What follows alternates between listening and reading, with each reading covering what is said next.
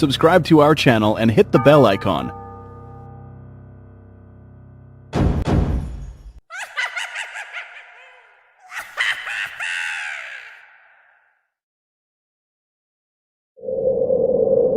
This story is written by Sanjay Campbell.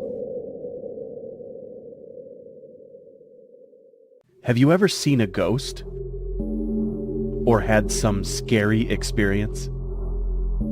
No one can truly express in words such terrifying and shocking incidents that they have experienced. But such incidents can change your whole life. The place where we experience this creates a strange fear in our minds. I am going to narrate one such similar experience. It's 11 in the night. I am sitting in my room. Few days back, the window glass got broken by kids playing cricket outside. Through the broken window, I can experience the darkness outside. Lights in the room are turned off. The mobile is charging on silent mode, and I'm going to share my experience with you.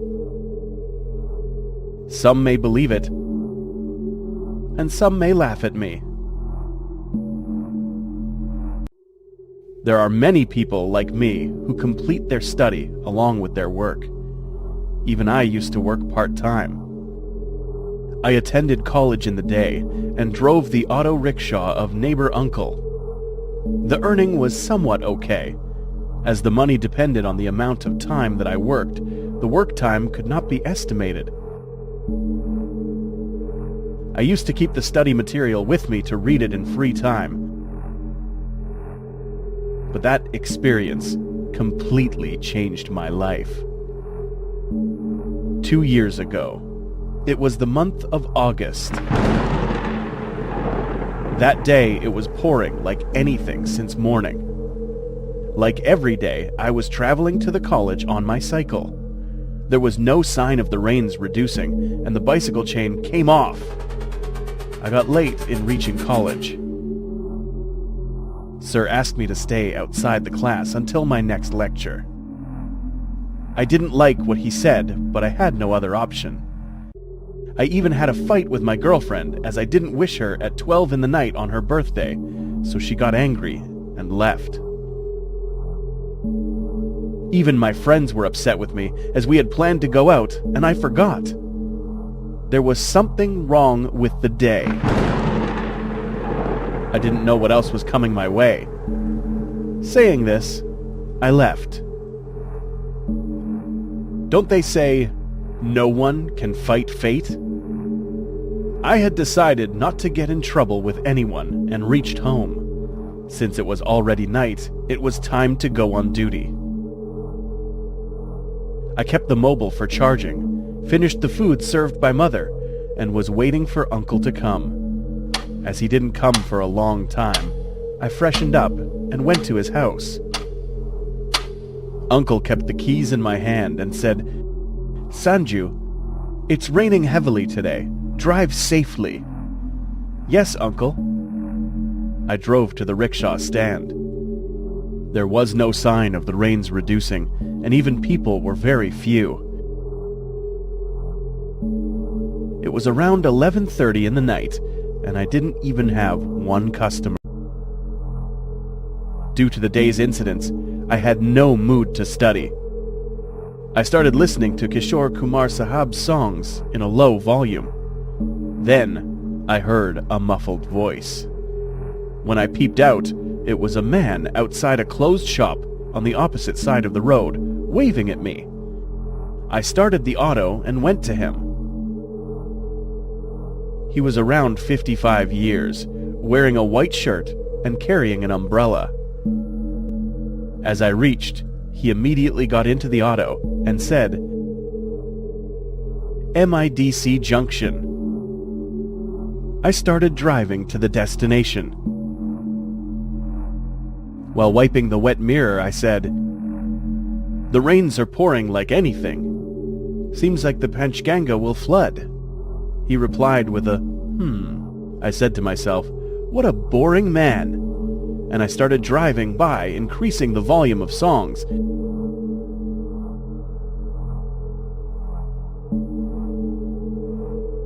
After some time, I realized that the man was continuously staring at me.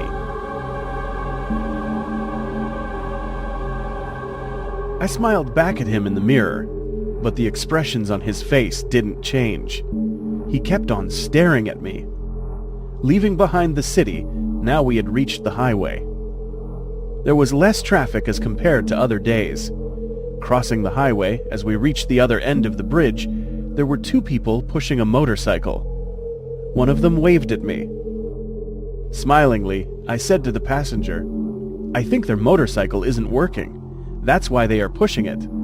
It's not a good thing to push a bike at this time in such rains." The passenger didn't respond to this, but kept on staring at me as if he hadn't seen a human being.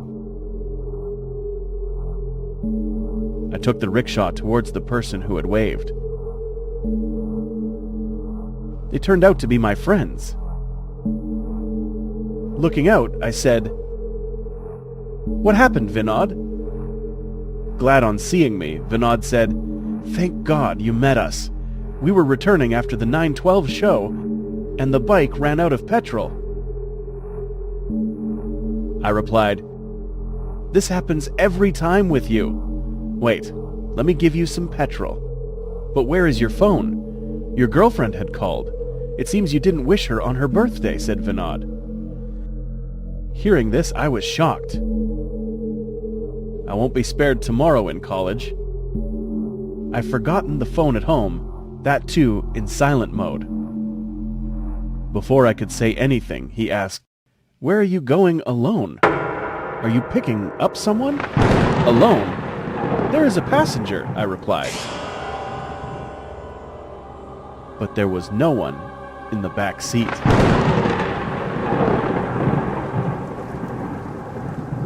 I came out and looked around, but he was nowhere. I replied, "Seems like he ran off. I had just now said to him that let's help these guys." Vinod was left dumbfounded and said, "But I was seeing your rickshaw from a long distance. I didn't see anyone getting off." I was really angry. All this while I was talking to that person. Where did he go suddenly? It seems he escaped to avoid paying the fare. I gave some petrol to Vinod and went away talking to myself. After some distance, I saw a couple on the highway bus stop. I stopped the rickshaw near them, but they had to go little far. I started the meter and we went off. It was almost 1:30 in the night. It was a long time before we reached their destination. As I observed them, both of them were busy in talking. Wondering if they had also escaped, I turned around and checked. After some time, a person was visible standing in the front. As I took the rickshaw towards him, I really lost my temper. I recognized him and said in anger, "Oh, uncle! Oh, uncle! You ran away from the rickshaw! Give me my money!" The passengers sitting in the rickshaw got scared, but I narrated them the entire incident, and they started asking the uncle to pay the money. "Oh, uncle! Pay me the money! Haven't you seen a human being before?"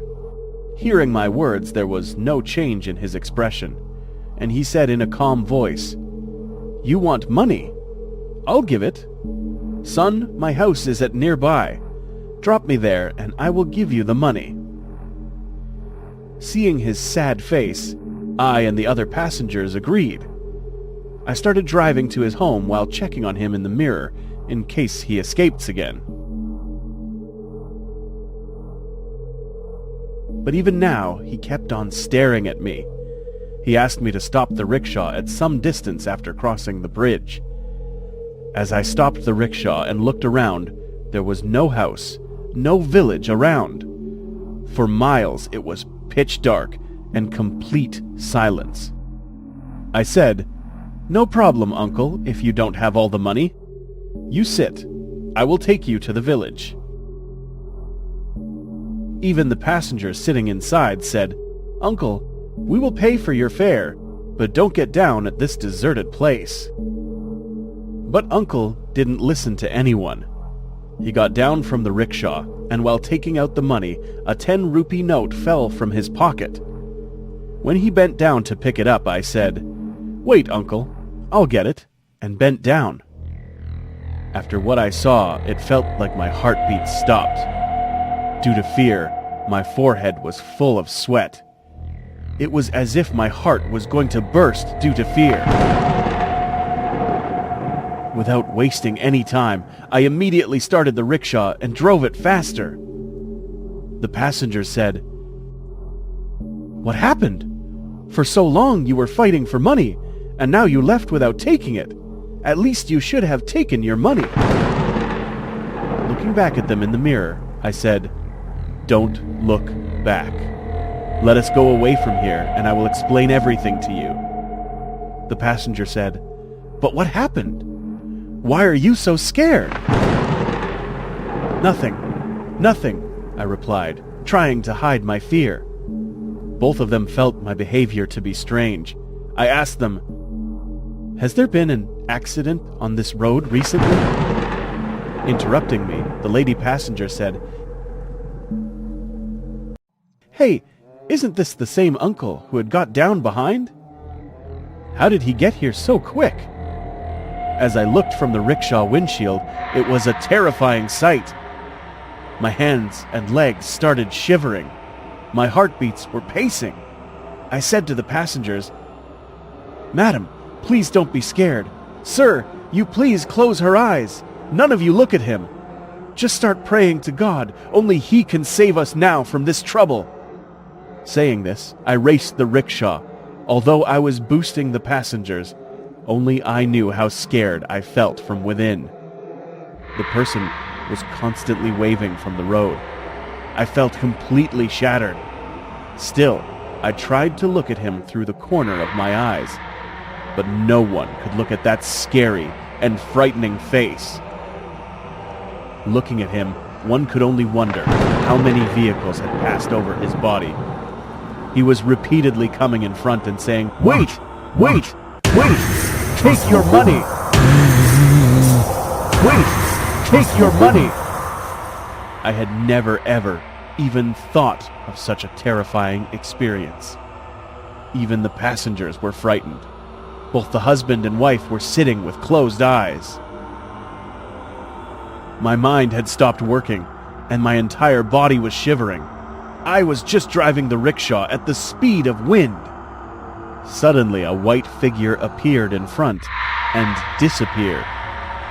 Now my heart seemed like it had stopped beating. As my eyes noticed the passengers in the back seat, the couple was still sitting with their eyes closed, and beside them was a white figure, which disappeared in some time. This hide-and-seek continued for some time, and then it disappeared. I was driving the rickshaw very fast, and we left the highway only to approach the village crematorium. Suddenly, his shrill voice started coming from behind. "That's a mistake. You are doing a big mistake." I was terrified hearing this. Slowly, the white figure faded away. Looking back in the mirror, I said, "Madam, now there is no need to be scared. That was the boundary he couldn't cross." She was terribly scared, and not even ready to open her eyes. Her husband said, "Listen, he has left. We will reach our village in 5 minutes." As we saw the light poles in the village, we became slightly relaxed, and he said to me, "Accidents keep on happening there. 2 people died there just the day before. But why did you ask this?" I looked down at him in the mirror and said, as I bent down to pick up Uncle's fallen notes, I saw his twisted feet full of blood, and we dashed off. "You saw Uncle's feet, but did not see ours." And my rickshaw banged against an iron pole. And I noticed the digital board put up in the village. On the digital board was a photograph of the same couple who were my passengers. Below the photo, it was written, "Accidental death of our best friend and his wife. Our deep condolences." And I fainted. When I became conscious, I was in the hospital. The doctor was operating someone near me. As I can't look at someone being operated, I immediately came out. My family and friends were right there. Before I could say anything to them, 2 ward boys took a girl's badly injured dead body inside. Maybe she had met with an accident. Her body was badly damaged. Right then, a girl identical to her, badly injured, came towards me. She was staring at me in anger. I had recognized her. Maybe it was her twin sister or relative that the ward boys had carried in. She went inside, staring at me with eyes red with anger, and then I noticed the board outside the room. Reading the board, my mind became numb. It was all beyond my understanding. I rushed into the room and saw something that shook me completely and left me dizzy. That wasn't an ongoing operation, but a post-mortem. That too, of my own body.